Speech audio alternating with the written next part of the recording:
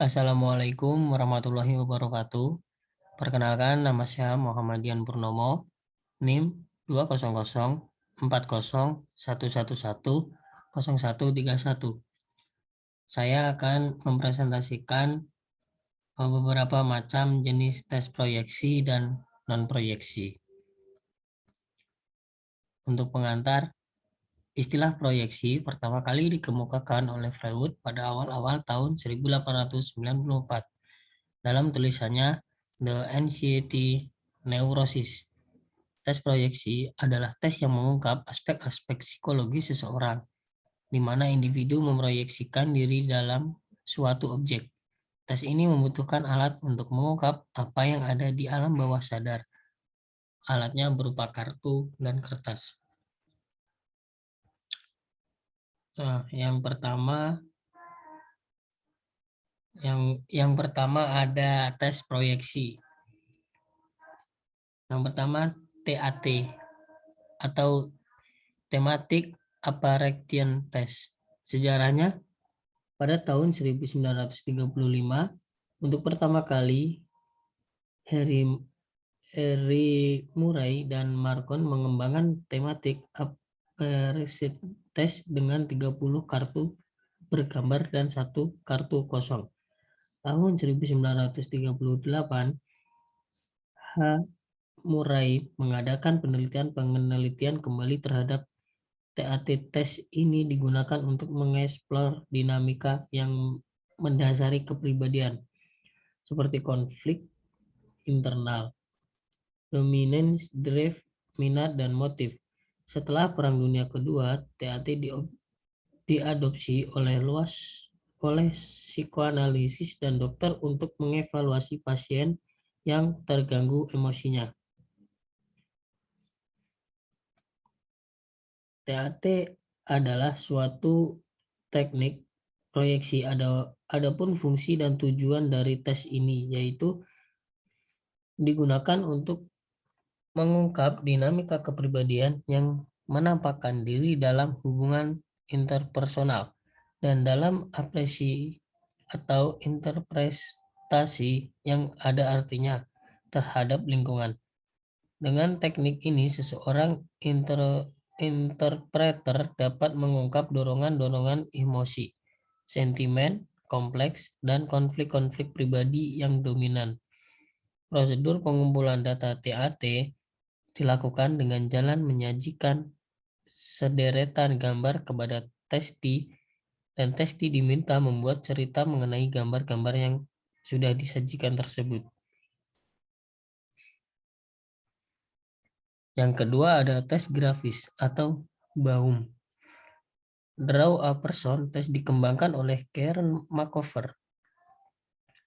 Berdasarkan tes gambar yang pertama kali digunakan oleh Goodenough pada tahun 1926 yang dinamakan gambar dan jumlah detail gambar.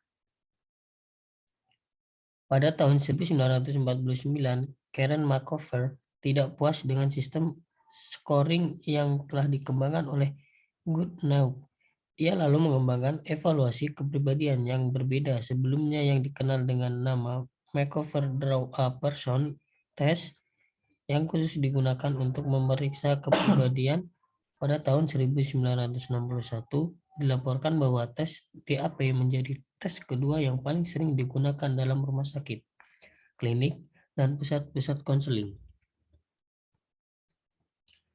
Untuk aspek-aspek kepribadian yang diungkap ada 4, yaitu imajinasi, emosi, dinamisme, reality, funksion.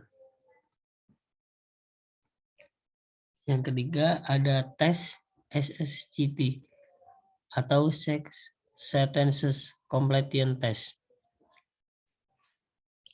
SSCT adalah tes kepribadian yang bersifat proyeksi yang dikembangkan oleh Joseph Sachs dan Sidney Levy bekerja sama dengan Lembaga Pelayanan Kesehatan Mental di New York. Tes CCCT ini merupakan salah satu tes nonverbal CCCT. CCCT bersifat sangat sederhana baik pengerjaannya maupun interpretasinya. Jumlah tesnya terdiri dari 60 item, di mana masing-masing item merupakan kalimat yang belum selesai, tidak terstruktur atau ambigu. Selanjutnya, subjek berkewajiban menyelesaikan kalimat tersebut dengan cara mengisi atau mengemukakan kata-kata yang pertama kali muncul dalam pikirannya. Pada awal tes ini berfungsi untuk proses terapi setelah perang. Seperti yang kita ketahui bahwa setelah perang banyak veteran yang mengalami gangguan jiwa, tes ini juga dapat membantu biro konseling. Untuk aspek-aspek kepribadian yang akan diungkap oleh tes SSCD ini ada 4 faktor, yaitu sikap individu dalam hubungannya dengan keluarga, sikap individu dalam kehidupan seksualnya, sikap dalam hubungannya dengan orang lain atau antar individu. Yang terakhir, konsep diri dari individu yang dites. Yang keempat, ada tes Rorschach. Tes Rorschach ini merupakan salah satu tes proyeksi yang paling populer dikembangkan oleh psikiatris yang berkembang di Swiss bernama Hermann Rorschach di tahun 1921 sampai 1942. Pertama kali tes ini dideskripsikan pada tahun 1921 dengan melakukan percobaan pada pasien yang berjumlah 1991. Hasil ini memuaskan. Dari 40 tes INK, slot hanya 15 bercek tinta. Tes Rorschach adalah tes yang pertama kali menerapkan noda tinta pada penyelidikan diagnostik atas kepribadian secara keseluruhan. Tes Rorschach ada 10 kartu.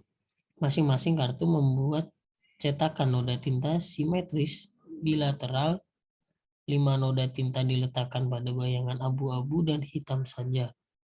2 memandukan beberapa bayangan pastel. Untuk aspek-aspek yang dinilai dalam tes Rorschach ini ada 3.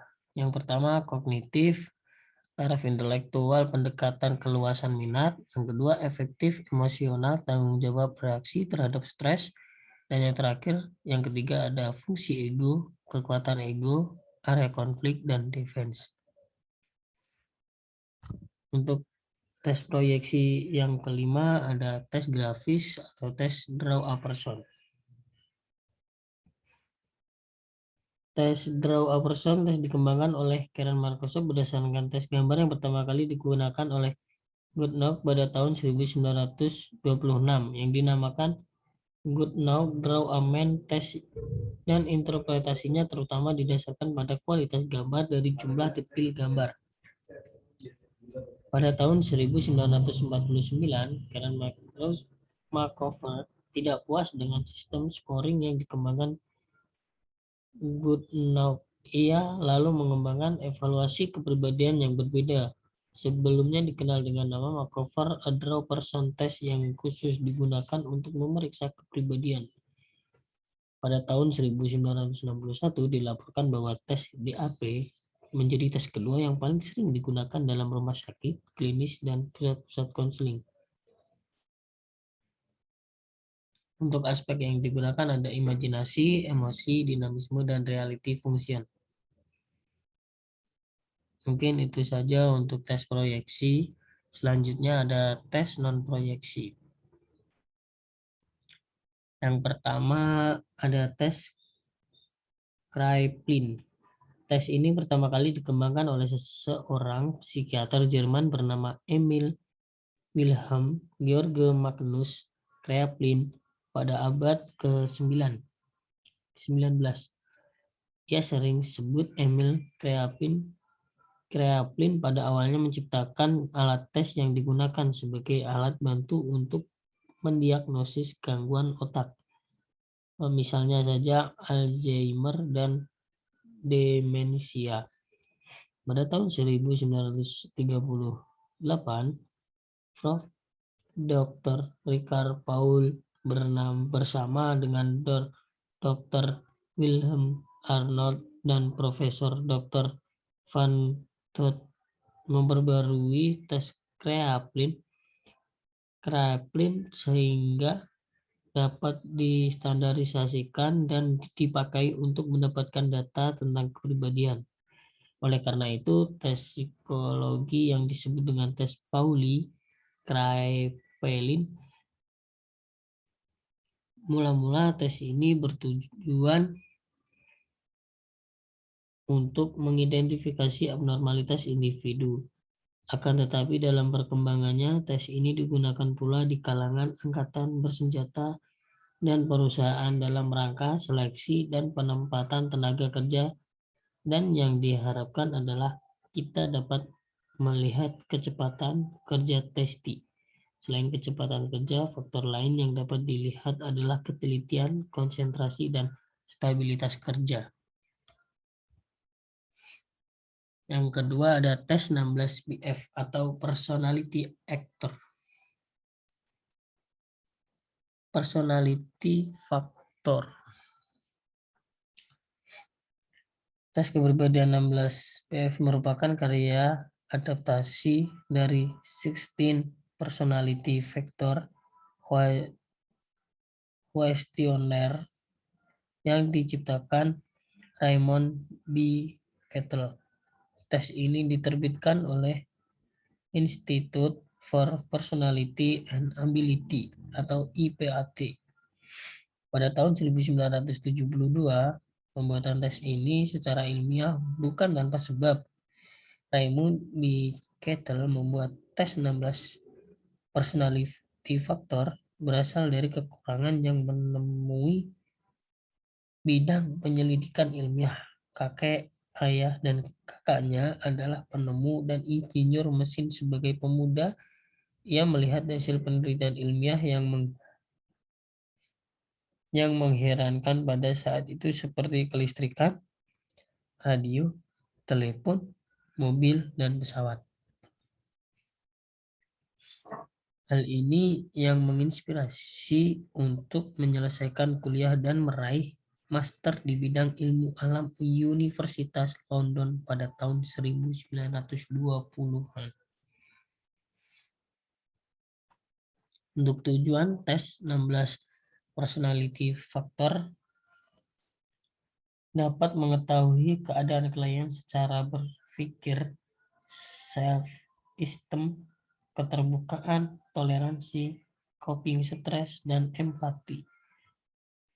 Semua itu dapat digunakan dalam mengembangkan kerja sama dengan klien. Memilih metode terapi yang sesuai, merencanakan proses terapi yang efektif.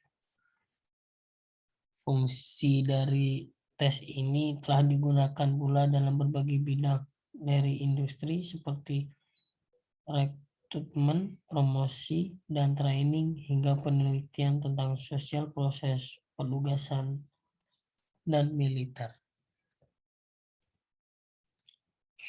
Yang ketiga ada tes MMP atau Minnesota Multi-Phase Personality Inventory. Tes ini diterbitkan pada tahun 1940. Perancang MMP adalah R. Streck Hathaway, PhD, dan G.C. McNeely, MD, pada tahun 1940 sampai 1943. MMP disusun menggunakan sampel yang baik, jumlah item, dan pengetesannya kepada jumlah orang normal. Penjelasan dari pernyataan tes MMP sangat mudah. Dengan pilihan ya, tidak, atau tidak tahu dari 1000 item yang disajikan dengan menggunakan konstruksi uji kunci kriteria. Item yang valid dipilih secara empiris untuk menyusun konstruk MMPI. MMPI merupakan hak cipta dari University of Minnesota MMP dikembangkan pada tahun 1930 di Universitas Minnesota sebagai tes kepribadian yang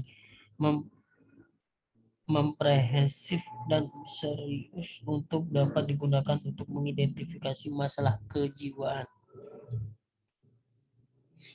Secara umum, MMP dapat digunakan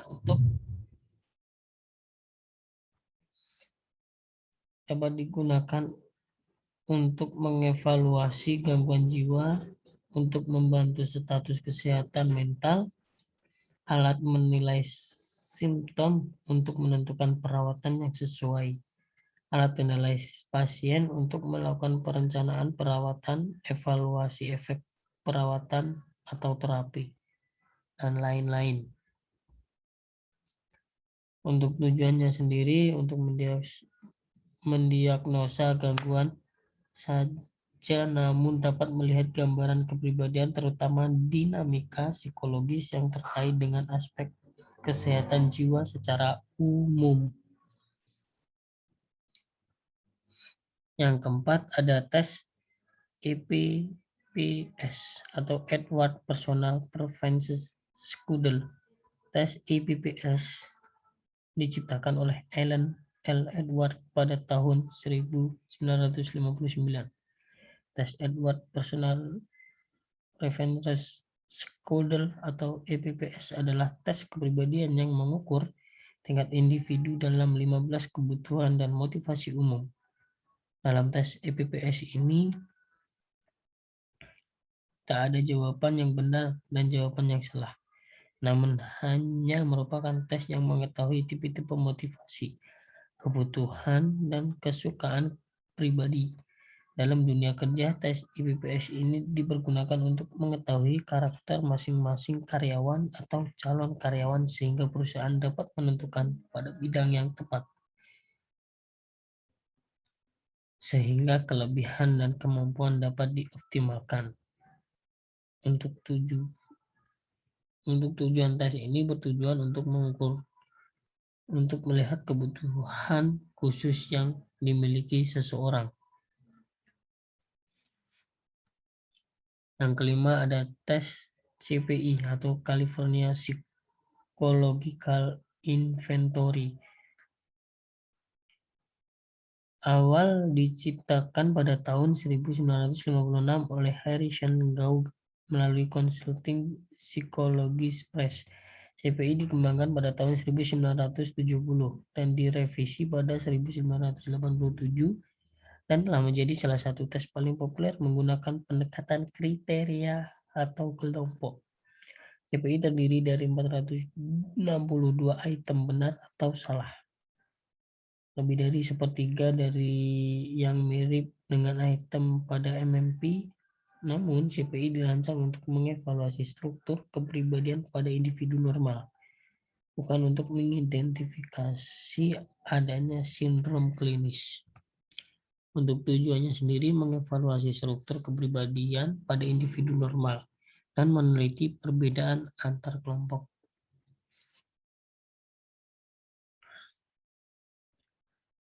Mungkin itu saja yang bisa saya sampaikan.